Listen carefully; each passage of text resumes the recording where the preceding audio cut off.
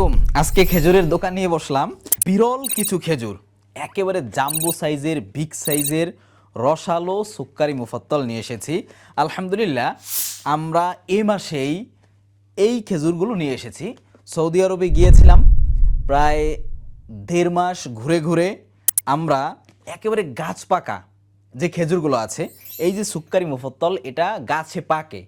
পাকার পরে এরপরে কিছুদিন রেখে দেওয়ার পরে যখন এটা হালকা শুকিয়ে যায়, একটু মানে ধরলে নরম নরম মনে হবে না, একটু হালকা একটু শক্ত থাকে। সুক্কারি রুতব থেকে সুক্কারি মুফাত্তলটা একটু আলাদা।